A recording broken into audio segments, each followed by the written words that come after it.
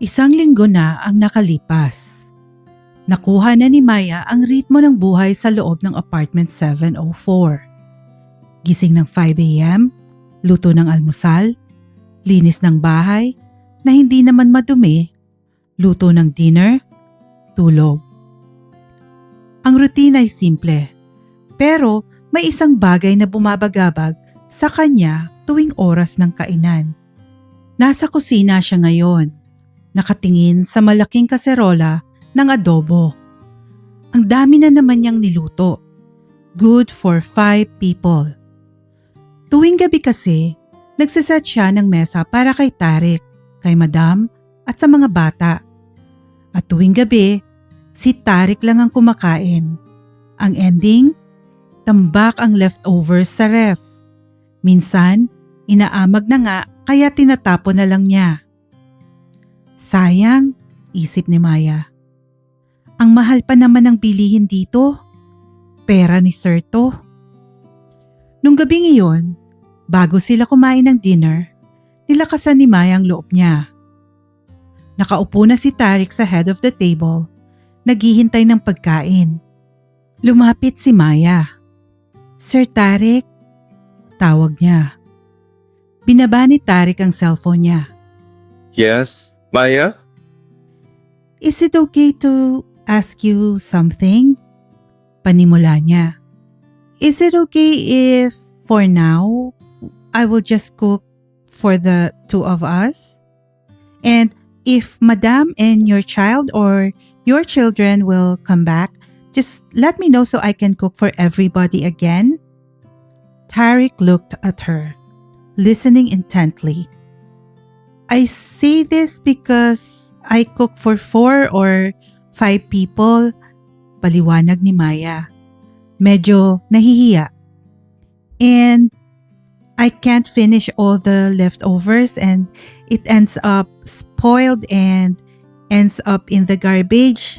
I don't want to waste food because it's your money. Natigilan si Tarek.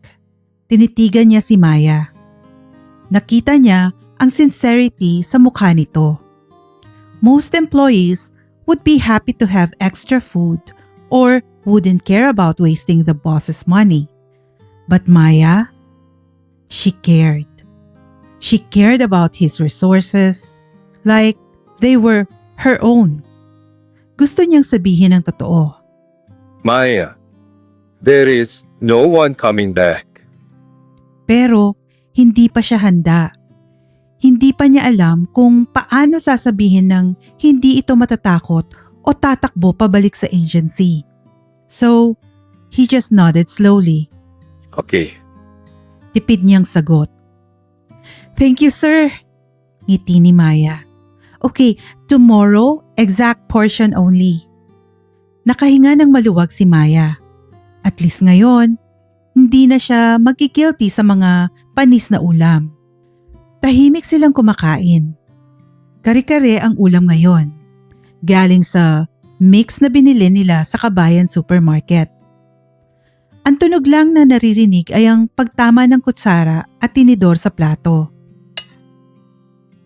Sanay na si Maya sa katahimikan ni Tarek. Minsan, nakakailang. Pero minsan, peaceful naman. Biglang tumunog ang cellphone ni Maya na nakapatong sa dulo ng mesa. Napatingin si Tarek.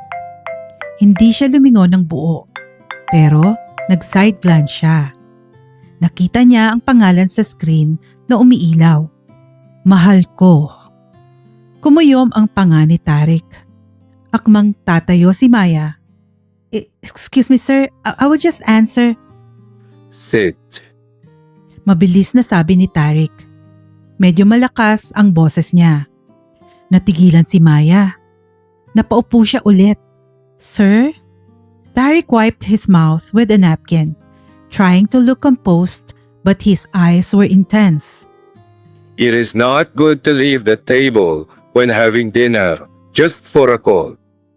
Sabi niya gamit ang boses na authoritative. Yung boses na ginagamit niya sa boardroom kapag may empleyadong sumusuway.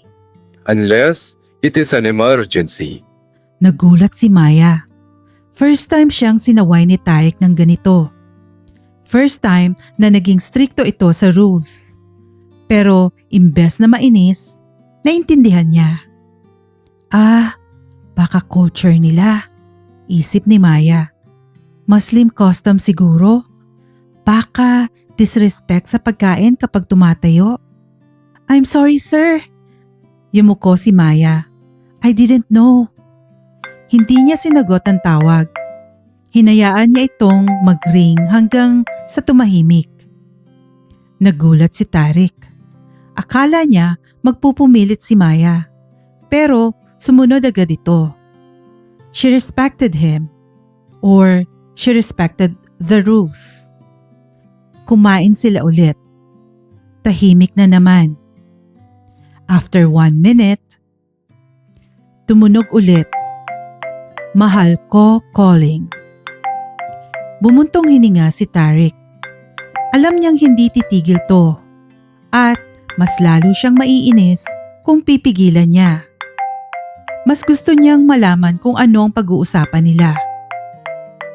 Are you going to get that? Tanong niya, medyo cold. Yes sir, I will. Paalam ni Maya. Sinagot niya ang tawag.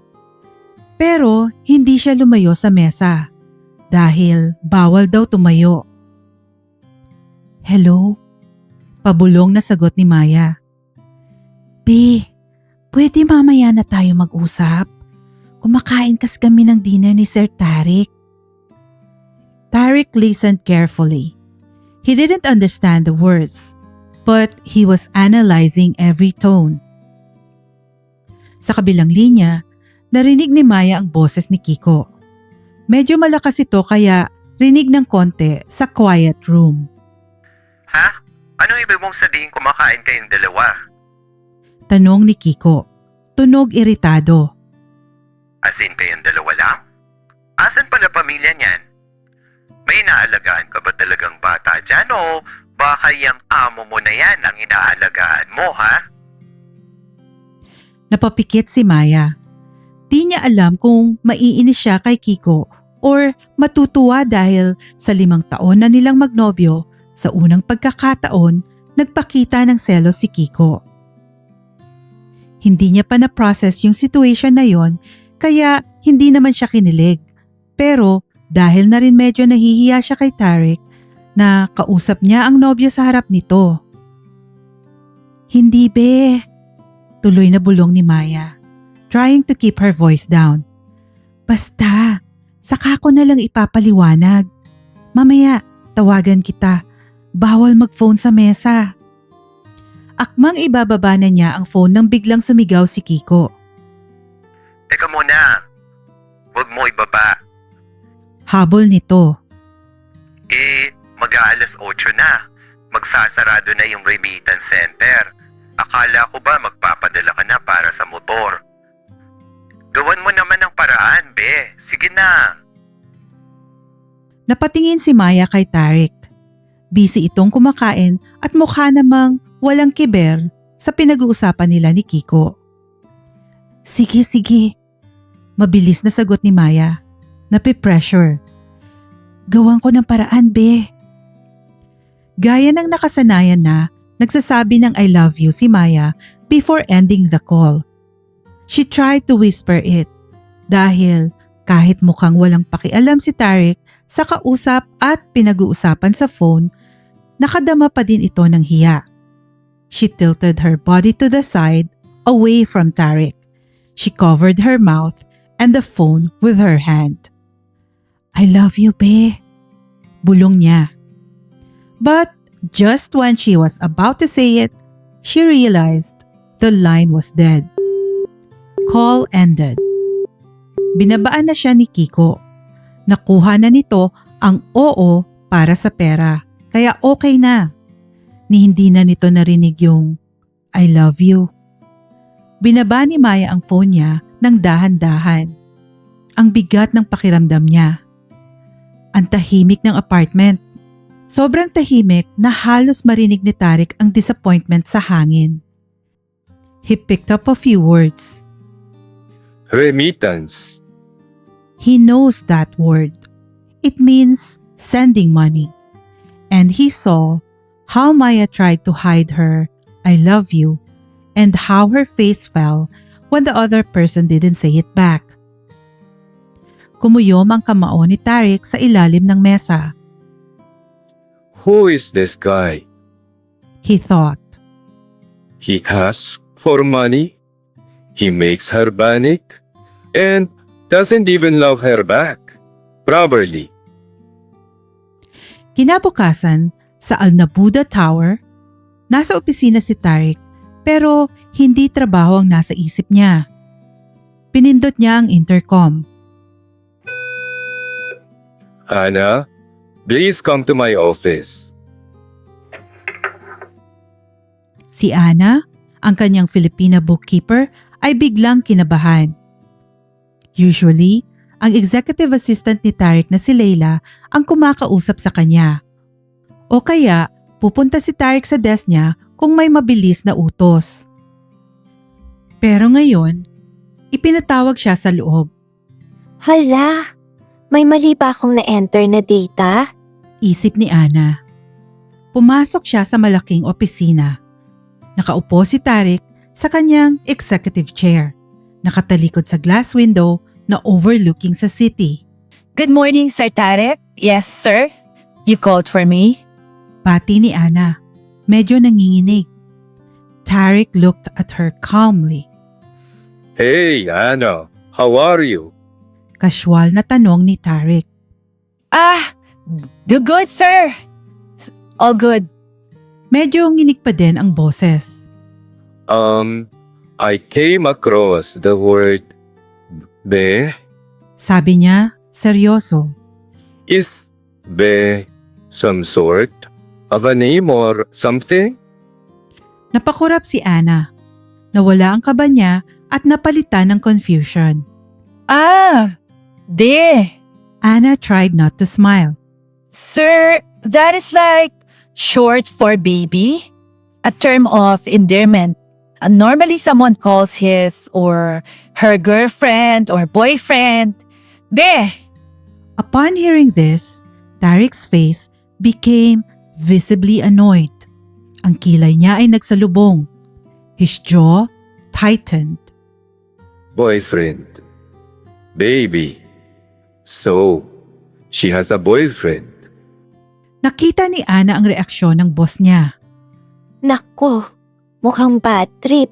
Ayaw niyang siyang maging dahilan ng bad mood nito. But sir, Bawi agad ni Anna. sometimes people in the Philippines use it to call people they don't know the name of, like a friend or someone in the market.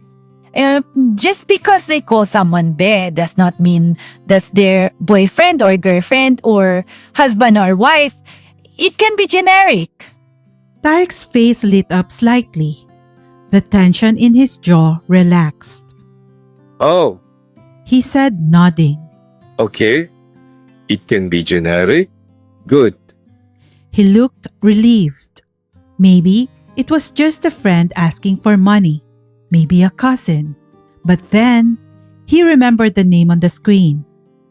And Tarek paused, hesitation in his voice. what is Mahal Ko? Anna couldn't help it. Napangiti na siya ng bahagya dahil sa accent ni Tarek. Mahal ko, Oh, she said softly. that means my love, sir. My love? Parang binagsakan ng hollow blocks ang mukha ni Tarek. Bumalik ang dilim sa mukha niya. Visibly upset. Wala nang palusot doon. Generic ang Be. Pero ang mahal ko ay mahal ko. I see. Malamig na sabi ni Tarek. He looked away. Okay. Thank you, Anna. That is all. You're welcome, sir. Lumabas si Anna ng tahimik. Bago isara ang pinto, sumilip siya ulit. Nakita niya ang boss niya na sumandal sa upuan at bumuntong hininga ng napakalalim. He looked defeated. Naiwan si Tarek na nakatingin sa ceiling. Sinusubukan niyang alalahanin ang tawag kagabi. That can't be her husband. In her CV, it shows single. So, that could be her boyfriend? Masakit isipin. Seems they are already serious and committed. He sounds really comfortable with her. Comfortable enough to ask for money. I mean, why else would he say remittance? And I remember hearing motor. Kumunot ang noo niya. Does he mean motor to buy a motor to engine to fix a car? Or is he asking her to buy him a motorcycle? Napailing si Tarek. He is asking a nanny to buy him a motorcycle while she is here working, cooking, cleaning. He is there asking for toys? Sobrang distracted ni Tarek na pumasok siya sa 3 pang meetings nung araw na yon nang wala sa sarili. Physically, nandun siya. Tumatango sa presentations, pumipirma ng documents, pero mentally, wala. Napapansin ng executive assistant niya at ng ibang board members. Sir Tarek looks lost. It's like he's not himself to be. What's wrong with him? Bulungan nila. Bandang 6:00 ng gabi, may schedule na dinner meeting dapat si Tarek sa isang potential investor. Cancel it. Utos niya kay Leila. Again, Mr. Tarek? Gulat na tanong ni Leila. Yes. Cancel everything tonight. Umuwi siya agad. Pagdating sa apartment, naabutan niya si Maya na naghahanda ng dinner. Nilagang baka. The smell was comforting, but Tarek felt uneasy. Kumain sila. Tarek was careful. He didn't want to sound like he was meddling in Maya's personal life. Ayaw niyang magmukhang jealous boss. Nagkwento muna siya ng random things. Traffic was bad today. Sabi niya. Weather is getting hotter. Maya nodded politely. Yes, sir. Then, slowly, carefully, Tarek steered the conversation. Is everything okay back home? Tanong niya, casual lang. Nagulat si Maya. Napatigil siya sa paghigop ng sabaw. Usually, ang mga amo walang pakialam sa buhay ng kasambahay nila. Basta nagtatrabaho ka, okay na. She didn't want to show her reaction. Yeah, everything's fine, sir. Thanks for asking. Tumingin si Tarek sa kanya. Well, He continued softly. I asked because of that call you received last night during dinner. You look like you were agitated after the call. Medyo gulat dito si Maya. Napatingin siya kay Tarek. Nakita niya ang pag-aalala sa mata nito. Napansin niya? Kahit si Kiko na maglilimang taon na niyang boyfriend, hindi napapansin kapag stress siya. Madalas silang nag-aaway dahil ang expectation ni Maya after 5 years, dapat kilala na siya nito. Dapat alam na nito kung bakit siya minsan bigla-bigla na lang tumatahimik or nagtatampo. Pero si Kiko, manhid. Pero itong si Sir Tarek, mag-iisang buwan pa lang silang magkasama sa bahay pero basang-basa na siya nito. Parang iba yung naging feeling ni Maya sa sinabi ni Tarek. He sees me. Isip ni Maya. He actually sees me. Never has she felt so seen by someone. Umaangat na sana sa cloud 9 si Maya dahil doon. Ang swerte naman ni Madam dito, isip niya. Pero bigla niyang naalala ang motor, ang remittance, ang due date. Opportunity to, paalala ng utak niya. Mabait si sir. Nag-aalala siya. Baka pwede. So, she mustered the courage quickly. Sir Tarik, panimula niya. Actually, there's something. Tarik leaned in slightly. Yes? Maya bit her lip. It's about my fiancé. Actually, he's asking for help. Ang dami pang sinabi ni Maya tungkol sa motor, sa deadline, sa remittance center. Pero si Tarik, wala na siyang narinig pagkatapos ng salitang fiancé. Nag-froze ang mundo niya. Fiancé. Para siyang binuhusan ng isang baldeng yelo. Nanlamig ang buong katawan niya. Engaged? Hindi niya maintindihan pero parang mas matindi pa yata itong sakit na nararamdaman niya ngayon kaysa nung sakit na nararamdaman niya noong niloko siya ng ex-wife niya. Zara hurt his ego. Maya hurt his hope. When he got back to his senses, he realized Maya was staring at him, confused by his frozen reaction. Pinilit niyang ibalik ang maskara niya. That is why I'm asking, Maya continued, unsure because Tarik looked pale. Is it okay, Sir Tarik, if I will request for a cash advance? Just for this month. Tarik blinked. Cash advance. For the fiancé. For the motorcycle. The absurdity of it all. He was drowning in his feelings and she was just asking for money to fund another man's vehicle. Tarik stammered, standing up abruptly. Yes. Okay, no problem. Kinuha niya ang wallet niya.